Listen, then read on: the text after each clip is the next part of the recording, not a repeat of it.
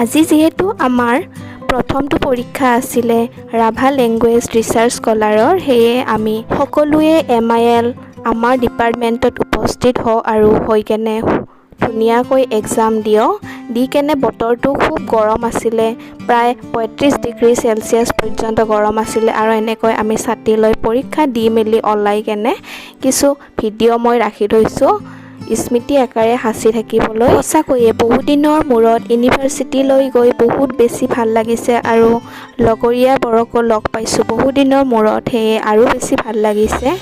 আৰু এনেকৈ আমি ঘৰলৈ বুলি ৰাওনা হৈছোঁ পৰীক্ষা দি মেলি কেনে।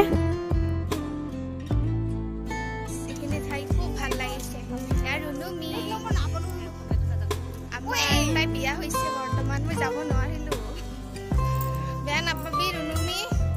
যাই আছোঁ, ভিডিঅ' কৰি আছোঁ, বহুত দিনৰ মূৰত আহিছোঁ এক্সাম দিব, আজি ফাৰ্ষ্ট এক্সাম দেই, আৰু আপোনালোকক দেখুৱাই থাকিম।